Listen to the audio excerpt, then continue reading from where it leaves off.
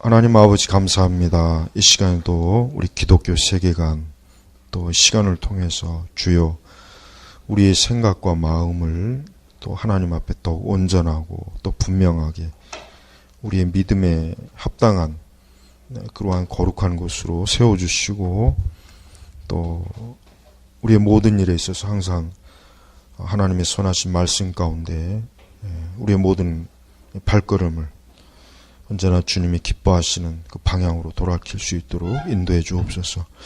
모든 것 감사하며 살아계신 예수님의 이름으로 기도 올렸습니다. 아멘.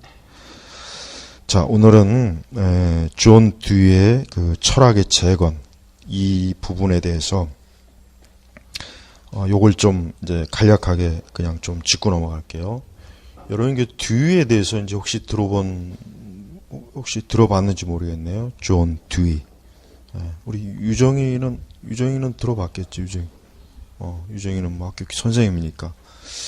그게 아마 뭐 혹시 뭐 이제 학교 다닐 때 이 존 듀이는 미국의 그 철학자요, 신학자요.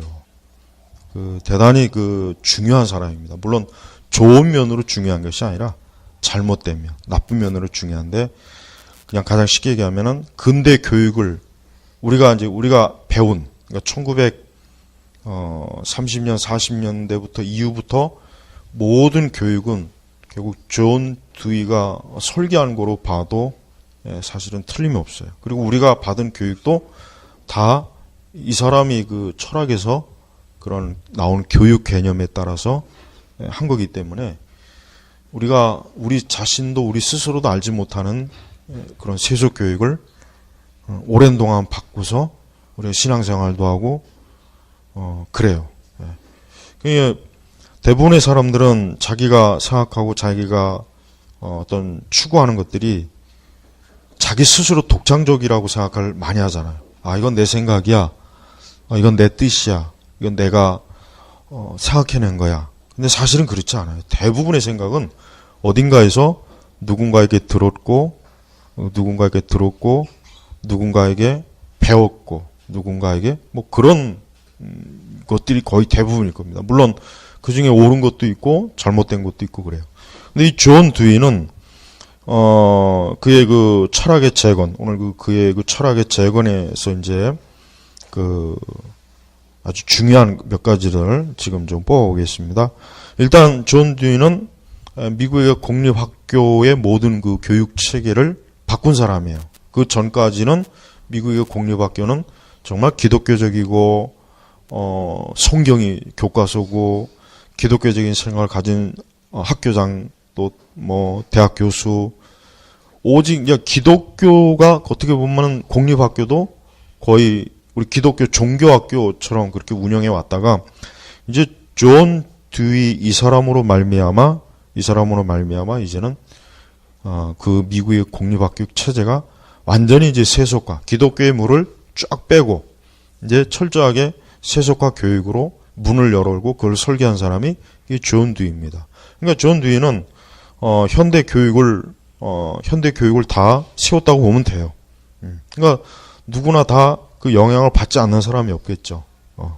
그래서 이제 그의 그 철학의 재건이라고 한 책에서 그 핵심적인 몇 가지를 좀 본다면은 첫째는 그 철학의 재건에서 우리가 이제 근대 이후 좀 더 19세기 이후부터 이제 20세기 들어오면서 서양 사람들, 특히 서양 사람들은 많은 변화를 겪었어요. 많은 정신적, 세계관적 변화를 겪었고 또 그러한 변화를 동양은 어떤 문명, 서구 문명이라고 하는 그 포장으로 된 그 속에 우리 동양, 우리 뭐 아시아권도 다 받아들인다고 보면은 틀림이 없습니다.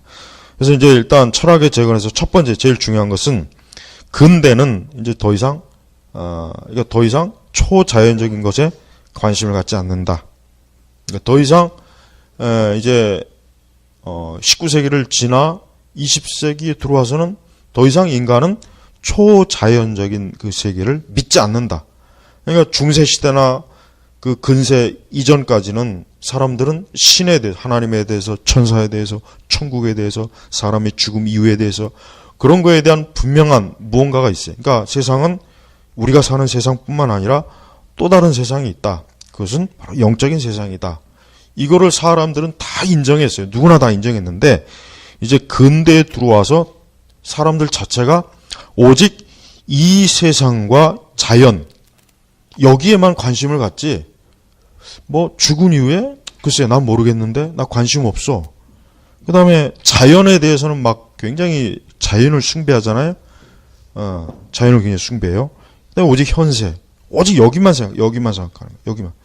그러니까 그의 철학의 재건에서 첫 번째 핵심이 뭐냐면 근대 이후에 사람들의 생각이 바뀌었는데 첫 번째는 더 이상 초자연적인 세계관을 사람들은 바라지 않는 거예요. 더 이상 초자연적인 거. 자, 우리가 눈에 보이는 세계가 전부다. 우리가 보는 세계가 전부다 이거.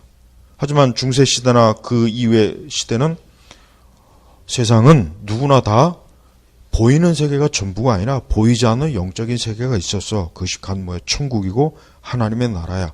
그래서 여러분 옛날 이렇게 그림들을 보면은 그 옛날 그 중세 시대 그림들 보면 막 아기 천사들이 막 뻘거벗고 날아다니고 뭐 굉장히 막 이게 신화와 그리스 신화도 마찬가지요. 심지어는 그리스 신화도 제우스도 있었다고 믿어요. 포세이돈도 있었고 뭐 그러니까 막 신화와 이 현세의 세계를 막 그냥 섞어버린 거예요. 그러니까 그 시대 사람들한테는 이런 초자연적인 얘기를 하면 잘 알아듣고 누구나 다 공감을 하지만 지금 우리가 여러분들 믿지 않는 친구들에게 당장 야 사람이 죽으면은 천국에 간대.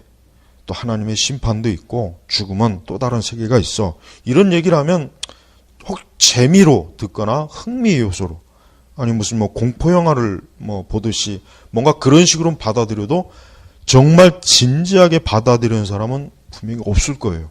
분명히 요즘 뭐 교회 다니는 사람들도 이런 천국이나 심판 얘기하면 그냥 시큰둥하잖아요.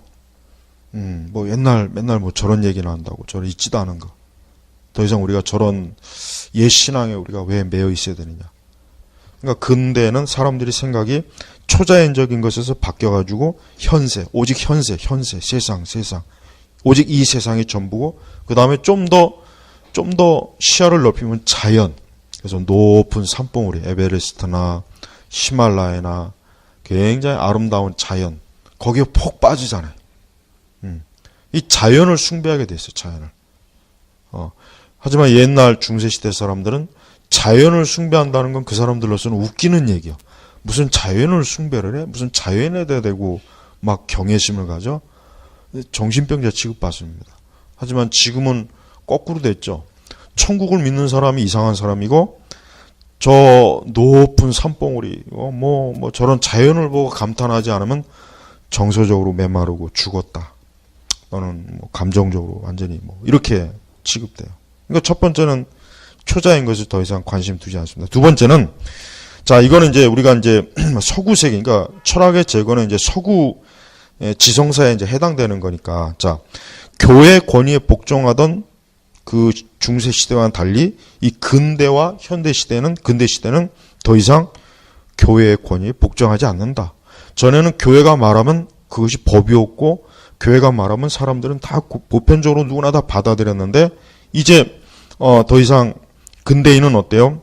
이젠 더 이상 자기 자신이 개인적인 탐구와 연구와 관찰, 경험 이걸 통해서 자기가 진리라고 생각하는 것을 추구하지 교회가 말한다고 해서 믿던 시대는 아니다 이거예요. 그러니까 전에는 교회가 뭘 말하면 다 믿었어요.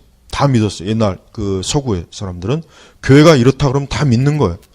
사람은 하나님이 창조했어. 흙으로 창조했어. 그럼 누구나 다 믿었어요. 당연한 거예요. 그건 너무나 당연한 거예요. 그러나 이제 근대에 들어오면 야 무슨 사람을 흙으로 창조하냐.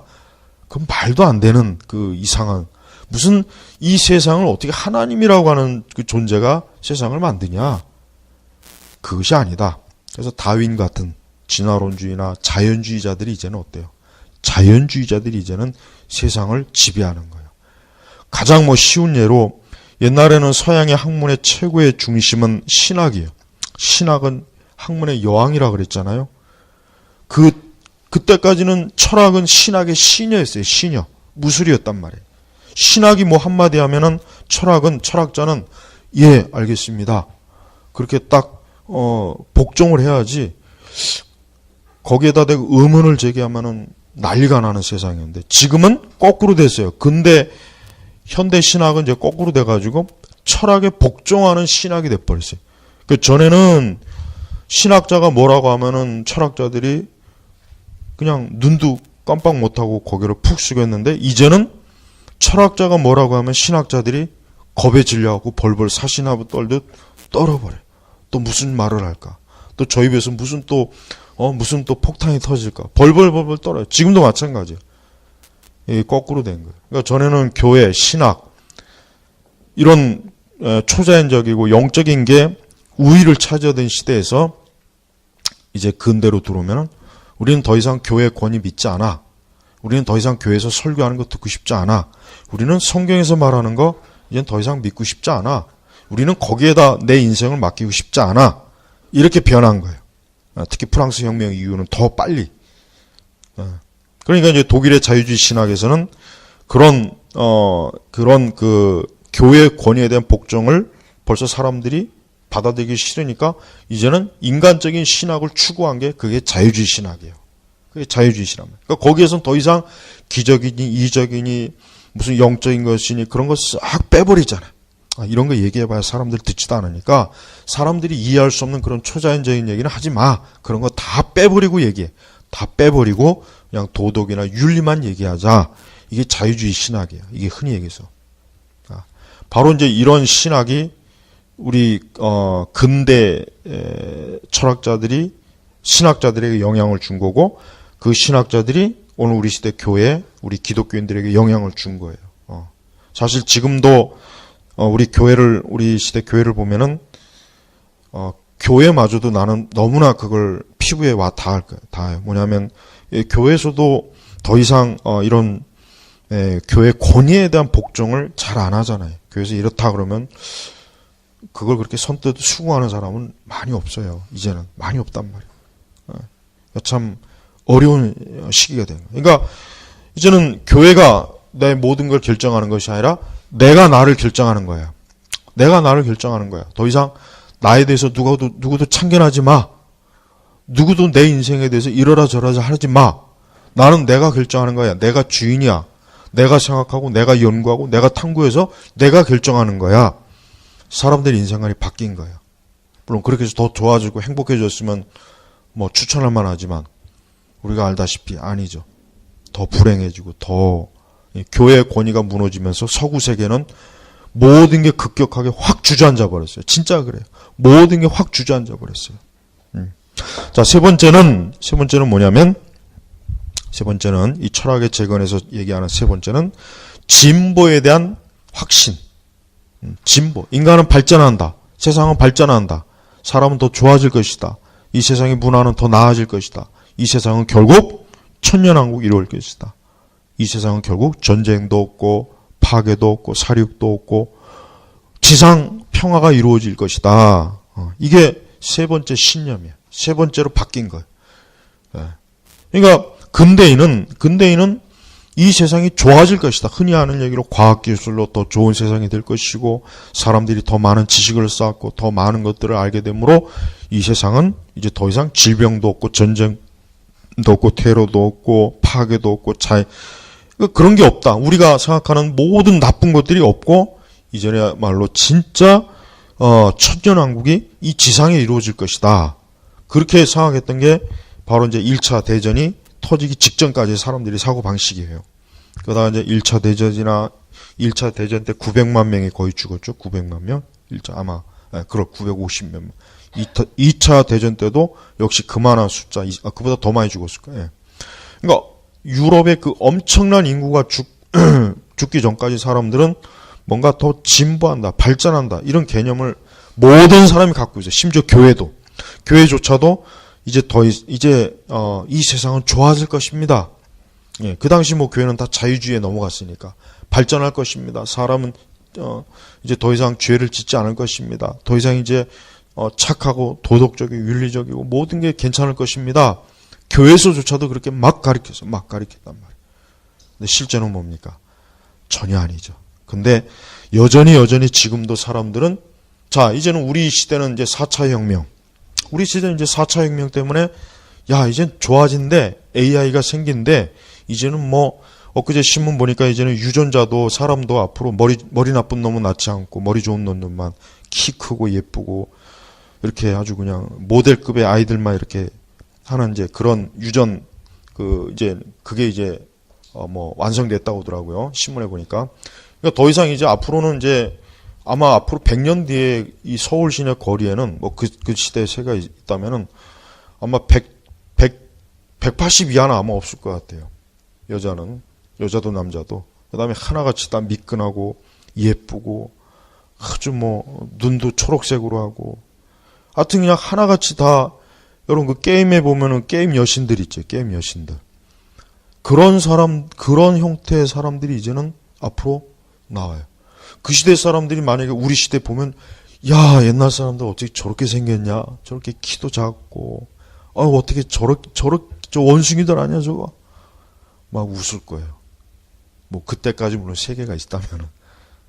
지금 이렇게 됐어요. 그러니까 사람들은 지금도 여전히요, 진보.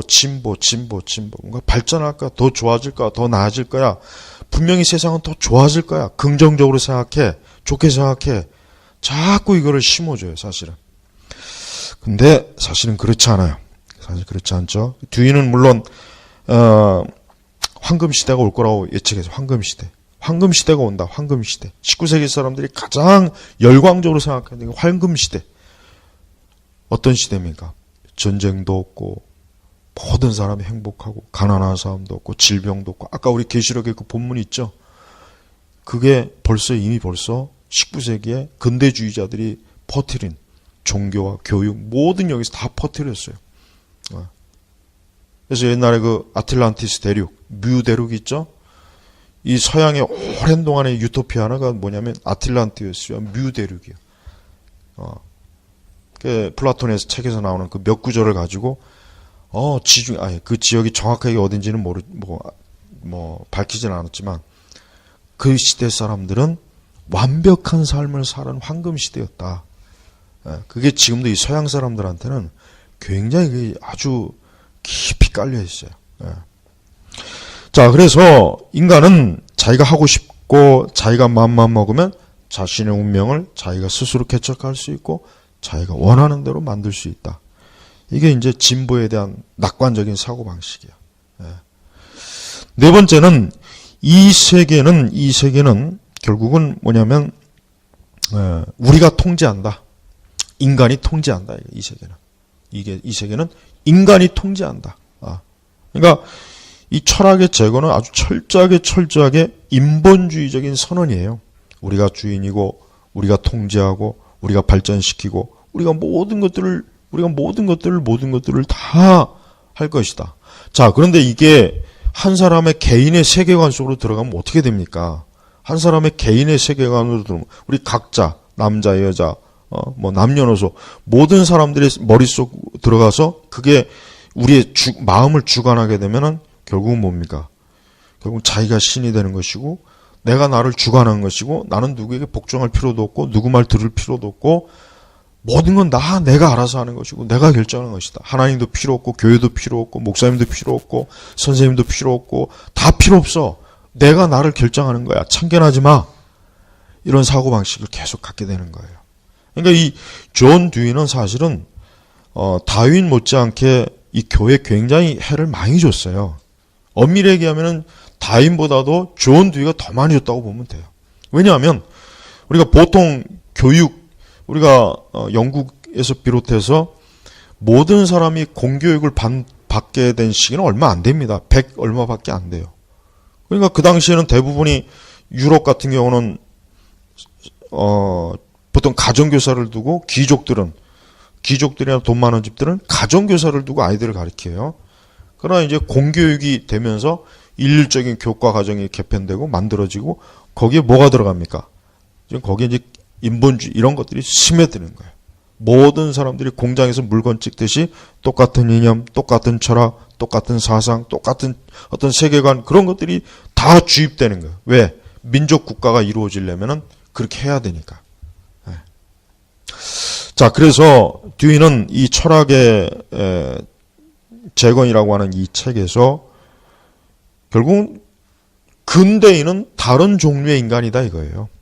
더 이상 우리는 하나님도 필요 없고, 우리는 천국의 헛된 소망도 가지지 않고, 지상, 세계, 여기, 이곳, 그리고 우리가 주인이고 우리가 통제하고 우리가 세계를 만들어서 황금 시대를 만들 것이다 하고 교회를 무너뜨리고 성경을 걷어차고 기독교를 우리 서양의 이 역사에서 문명에서 빼버리자. 존 듀이가 말하는 거 이겁니다. 그러니까 존 듀이가 굉장히 끔찍한 사람이에요. 사실 히틀러 못지않고 스탈린 못지않아요. 어떻게 보면 이 사람이 더 많이 사람을 죽였을 거예요. 틀림없습니다. 이 사람이야말로 사람을 더 많이 죽였어요. 그리고 이제 가장 궁극적인 것은 결국 근대인, 현대인이라고 해도 돼요. 결국 현대인은 구원이 필요 없다. 구원이 필요 없다. 기독교는 미신이다. 이거. 기독교는 미신이고 교회가 가르치는 것은 잘못된 권위고 우리는 더 이상 그런 거에 매이지 말고 인간이 가지고 있는 탁월한 이성으로 우리 스스로를 구원하고 세계를 완성하자. 이 존 듀이는 결국 이거를 외친 사람이란 말이에요.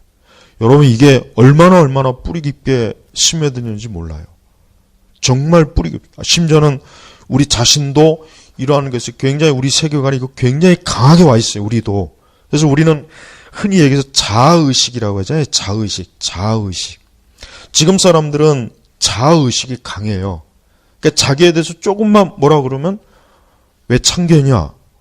내 맘이야. 당신이 뭐야? 너가 뭔데? 나는 내가 하고 싶은 대로 사는 거야. 이런 마음이 누구나 다 있습니다. 다 있어요. 이게 뭡니까? 자의식이요. 자아를 숭배하는 겁니다. 자기가 신이 되는데 누가 뭐래? 내가 신인데 누가 뭐래? 이게 여러분 모든 우리 문화의 모든 데 안 들어간 데 없어요. 우리가 입고 먹고 마시는 음식에도 들어가 있고 커피에도 있고 다 있습니다.